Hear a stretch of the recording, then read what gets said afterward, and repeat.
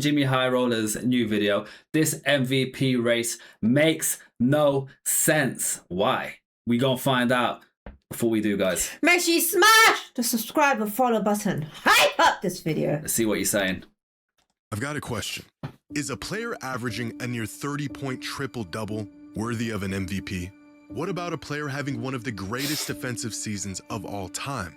Or how about a player averaging 34 points who put up 40 a game for an entire month? Is he worthy of the award? Or what about a player who is having the most efficient 30-piece in the history of the NBA on his way to 65 wins? Now, the answer... If SGA wins it again this season, he's won it back-to-back. Because he won it last season. There's nothing wrong with that. Yeah, no, which is not, yeah. If he deserves it, he deserves it. Yeah. But not many people have done that, I don't think. Apparently Jokic has. Apparently Yass has. MJ? Guys, has MJ won a MVP back-to-back? I I'm think not sure. he has. Let me know. Name some players that have, so we can get insight. Yeah. It's pretty simple. All of these seasons are worthy of an MVP. But what if all of these seasons are happening at the same time? 4 players, 4 legitimate cases being made, and only 1 award. Who should be the NBA's most valuable player this season? Well, that depends on who you ask and what they value. Guys, have Jokic and Yass done it back-to-back? Because I Googled it earlier today. I was curious, and apparently those 2 names came up on Google. So in case someone says, no, what are you talking about? Yeah, okay, they have, thank you. Before I get grilled in the YouTube comments, you know how it is. Just want to make sure. And then if it's wrong, I'm blaming Google, bro. I ain't taking the hit for that. Yeah. Today's video is some saving has never, but China the knack saving for events for its all, you know, free this way. Please take the numbers. Winning the MVP usually means putting up numbers that jump off the stat sheet. It's not the only thing that matters, but big eye-popping box scores have almost become a prerequisite for the MVP award. And right now there's 2 players who don't just stand out this season, they stand out amongst every season. If we just look at raw box score numbers, Jokic and Luka are gapping the entire league this season. Their numbers have gotten so absurd that they make Shea's 31, 4, and 7 look kind of normal. Add up their per-game points, rebounds, and assists, and Jokic and Luka are having 2 of the top 5 most productive seasons in modern NBA history. Jokic joining the 50 Club, an exclusive group that was previously only occupied by 2017 MVP Russell Westbrook, 2025 Jokic, and 2024 Luka. But if sheer numbers alone guaranteed a player an MVP, then Jokic would have won the award in 2025. And Luka would have won it in 2024. So would James Harden in 2019, Luka again in 2023, and LeBron in 2018. As box score numbers continue to climb across the NBA, so does the frequency of these historically significant seasons. In fact, 17 of the last 20 most productive seasons in modern NBA history have all came in just the last 8 years. Seasons like this, that were once not only warrant of an MVP, but were historic milestones, are now becoming an annual occasion for players like Jokic, Luka, and Giannis. And the more often we see these shockingly large numbers, the more the shock wears off. It wasn't long ago when averaging a triple-double all but guaranteed Russell Westbrook an MVP as a 6 seed. But in today's NBA, averaging a near 30-point triple-double might not even land you in the top 3 spots for the MVP. Unlike other superstars around the league who fill the stat sheet with historic volume, Shai Gilgeous-Alexander has maintained his spot as the MVP favorite with a season of record-breaking efficiency and consistency, all while spearheading the best team in the league. Question, guys. Do you think these players are hitting these, what used to be like legendary numbers more casually because players are just better, or just the way the rules are of the NBA of today's world just allows it to happen? Like, what do you think the situation is? Because why is it in the last 5 years only that these numbers are just being hit casually now, when before they wasn't, when we had players like MJ and stuff? They're like, do you know what I'm saying? Is it because of how the game's just set out now? Like, what are we saying? I'd love to hear people's opinion on that, because I do think the players have a part of it. Yeah. But I'll be honest, I don't think it's just because of play. I don't think it's only because of the quality of the player right now to allow these kind of numbers to happen. I think there's more to the story as well as them being good players. That's my opinion.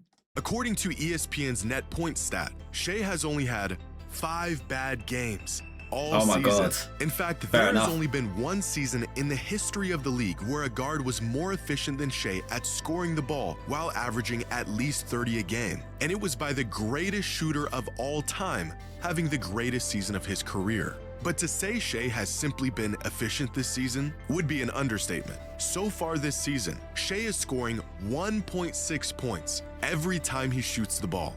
That is the most points per shot by any volume scoring guard in the history of the NBA. 2026 Shea Gilgeous-Alexander isn't having one of the most efficient seasons by a guard. He is having the most efficient season of all time. Now, when stacked up against these three, Victor Wembanyama's numbers pale in comparison. A lot of his value coming on the defensive side of the ball. He's more defensive, and I don't think you'll different. find any never minds on the stat sheet. But Victor has been on a minutes restriction all year. If we standardize these numbers on a per 75 basis, then you can really see just how much Wemby is impacting the game every time he's on the court, with box score numbers that match these other candidates even as a player who doesn't favor offense. However, earning the title as the most valuable player in basketball requires value that goes far beyond the box score. But even looking past the raw numbers doesn't make this decision any easier. Hot take. Don't know if people agree or disagree. Hot take. I feel like when we watch basketball, it seems like a very offensive game right now.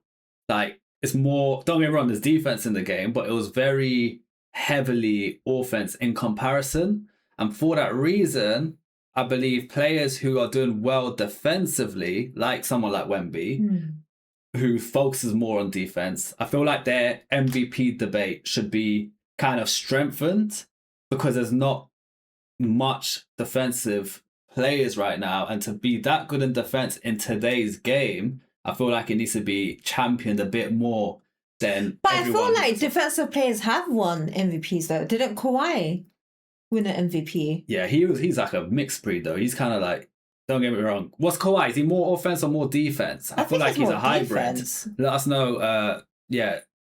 But yeah, that's just my opinion. Yeah. I'm not saying they've not won it, but I'm saying that I just feel like the debate for them winning an MVP should just be a little bit, the defense side should be pumped up a little bit because it's like no one's really doing it like that. Yeah. Especially if you're a hybrid as well. Like don't get me wrong, Wemby's a hybrid, but he's, in my opinion, more defense than he is offense. So, yeah.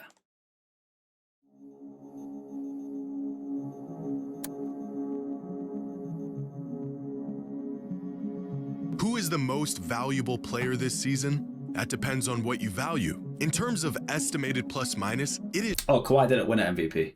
Oh. Oh, my bad. I thought he did. No, yeah, apparently he didn't. Okay, so I understand your point then. So, like... I get it, yeah. So, in his case, if they considered his defensive stats more, he might have won it at some point.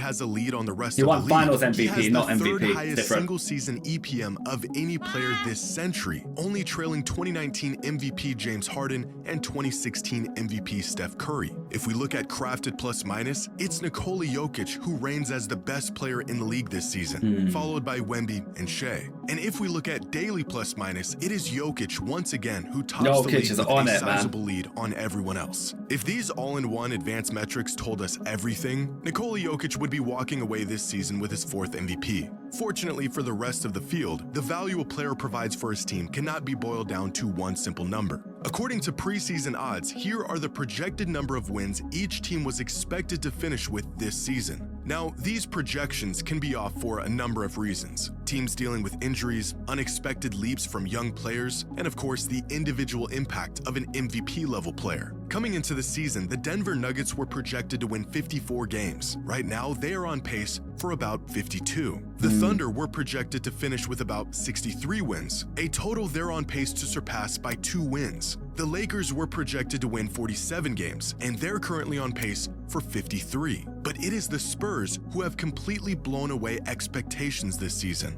Preseason odds had them winning 45 games this year. They're currently on pace for 62 wins. Oh my God. Projections by 17 wins. Wow. Management must be very happy with that. Yeah. Because if they're that over target in a way, big respect. It's good. If you're looking for who provides the most value, it might be the guy who's transformed the Spurs from playoff hopefuls into title contenders. Yeah. But looking at the MVP from this angle assigns individual value to team success. And as we all know, despite the MVP being an individual award, more often than not, the perception of a player's value is heavily influenced by the success of their team. After all, if you are truly the most valuable player in basketball, you should be elevating your team to title contention. But rather than looking at team success, let's look at the individual impact these players have on their team. Dunks and Threes has a metric called estimated wins that takes the quality of play from any given player plus the minutes they've played throughout the season to get the estimated number of wins they've contributed to their team's total.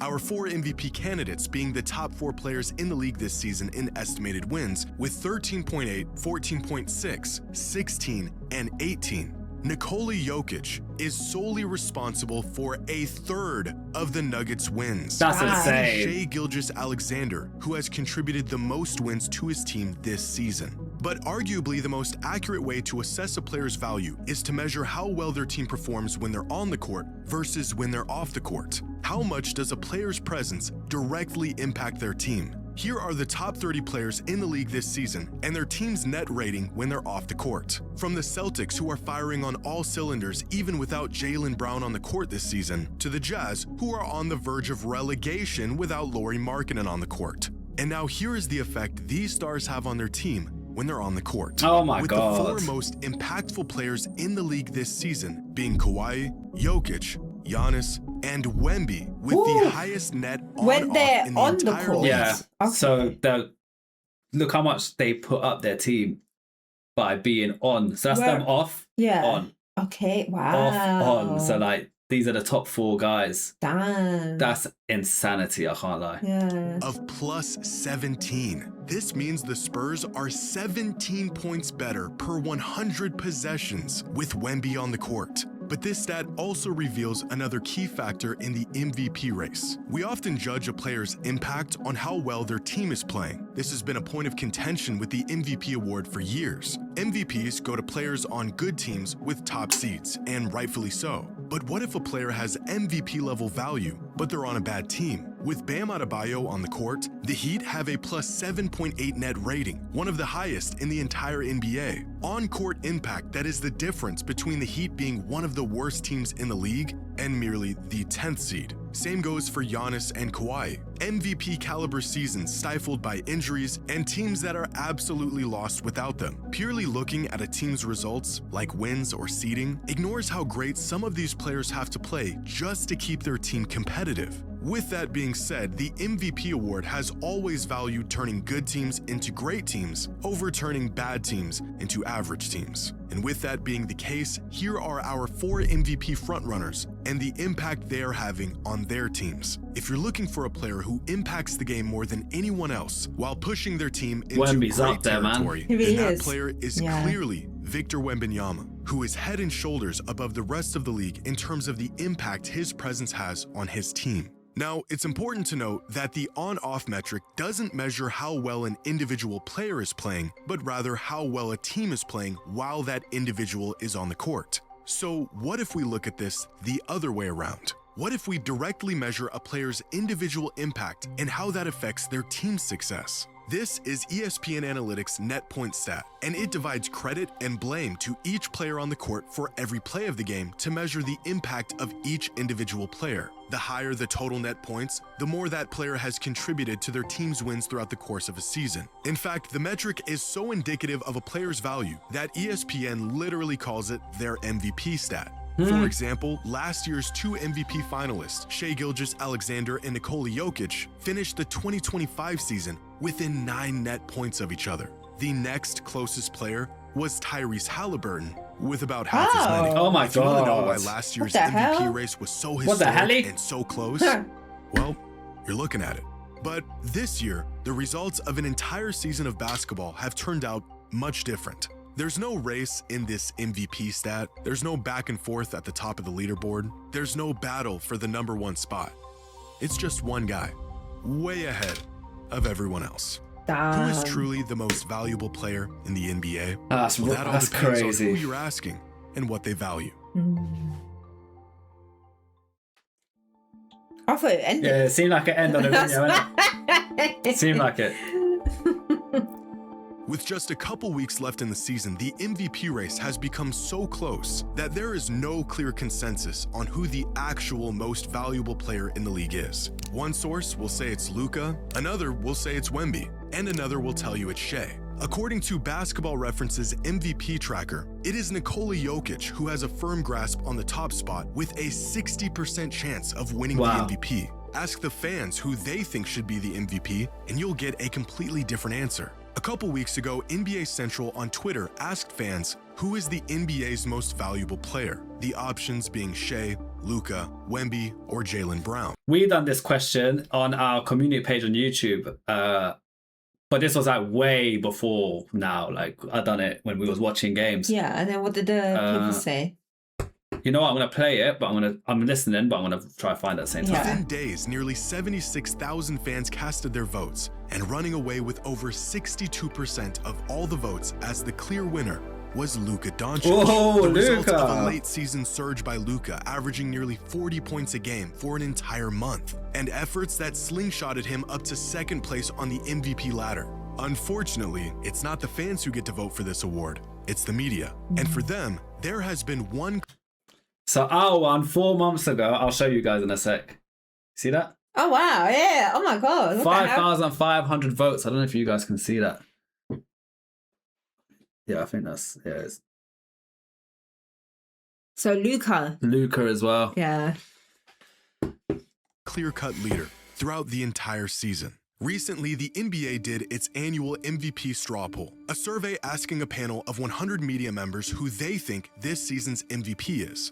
The results? Finishing in 5th was Luka Doncic, who received 0 first-place votes. Oh my In God. 4th was Victor Wembanyama. In 3rd was Cade Cunningham. In 2nd was Nikola Jokic. And with a resounding 78 of the 100 first-place votes was Shea Gilgeous-Alexander. Now, this poll was conducted back on February 20th, 2 full months before the end of the season, and a lot can and has changed over that time. But in 2025, the same media straw poll was conducted around the same time, and they accurately picked the MVP last season. They also accurately picked the MVP in 2024, and in 2023, and in 2022, and in every single season since the introduction of No this mid-season way. MVP poll It's been in accurate. 2016. What the hell? Over the course of the entire season, 9 different players have slid in and out of the MVP leaderboard, from Luka and Cade to Brunson and Jaylen Brown. But the first half of the season was all Nikola Jokic, dominating the #1 spot for 10 consecutive weeks. It wasn't until an injury sidelined him for a month when Shea Gilgeous-Alexander snagged the top spot and held on to it in what some people described as a runaway victory.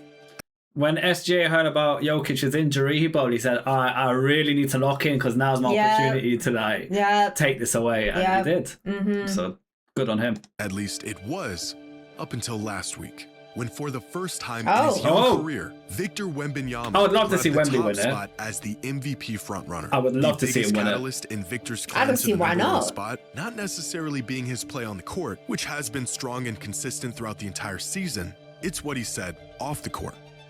3 arguments. My first one would be that defense is 50% of the game and that it is undervalued so far in the MVP race. Exactly what I said sooner. Defense. I got you guys. I saw in the comments said some of you were saying, but they got Defensive Player of the Year. Bro, Defensive Player of the Year is not MVP. I get it. Yeah, it's true. I get it, but it's not MVP. Yeah. It needs to have the same value as offense. Everyone's on the offense Yeah. nowadays, man. Like I really think it's undervalued. It's true. I feel like a defensive player isn't as valued It's not. as an offensive player because why is it a separate own thing? There we go. It just shows that they're not that valued as an offensive player Yeah. or like a hybrid player. Yeah, good for Wemby speaking up on that. Yeah, it's 'cause, true. it I needs to be said. definitely agree. I believe I'm the most impactful player defensively Yes. in the league. Second argument would be we almost swept OKC in the season. We dominated them. My third God damn, Wemby. They won 2 and then they lost the 3rd one, Yeah. I believe. Yeah. argument would be that offense impact is not just sports. It's not just what? Sports? Offense impact is not just sports. Sports. Points. Oh, points. Oh, it's the accent, man. Points. Okay, Points. yeah. Fair. He's not. No lies told. No, not one lie. You literally said the same Facts. thing not long ago. After this interview, Wemby's odds to win MVP shot up from plus 1,900 to plus 225. Good on him. Damn. Good shit. Into the third spot and turning this late season battle, at least on paper, into a two-man race. One more thing I'll add as well, guys. If they start like giving more respect to the defensive players and like adding the value, like I said, and making it a bit more fair, guess what's going to happen to the game? Defensive players are going to perform. People are going to want to defend. Yeah. And right now, all I hear in complaints is basketball's at a shit era right now where there's no defense, there's no this, like everyone's just shooting 3-pointers. So that's how you fix it. Or that's one part of the problem solved, you know. Obviously, there'll be a lot more things they'll need to do, but that's something that will kind of incentivize players to want to defend more. It's just an opinion. Yeah. Let me know what you guys think. If the MVP strictly went to the best player on the best team, then for the same reason he won it last season, Shai Gilgeous-Alexander would be crowned as the league's most valuable player. If the award went to the player who has the largest impact on his team, then Victor Wembanyama would become the youngest MVP in the history of the league. If the award was for the most dominant player in the league, Nikola Jokic would be a 4-time MVP by the end of the imagine season. he done that And 4 if the times. fans had a say in it, Luka Doncic would be walking away He's the as fan's league's favorite. most valuable player. With 2 weeks left in the season, the MVP race has grown closer than it's ever been. And with 4 players who all have a legitimate case for the award, only one can earn the title as the NBA's most valuable player. Damn. Good video. Guys, when the playoffs start, I don't think they started yet, but I'm going to look into it as well. But can you guys let us know, like, when the playoffs have started and when they're in, like, the semi-finals or finals? As you guys know, we have issues uploading games on YouTube, but for those games, I'm more than happy to take the risk and see what happens. We gonna risk it all. We're going to risk it. Risk it all. I think it's worth the risk. Yeah.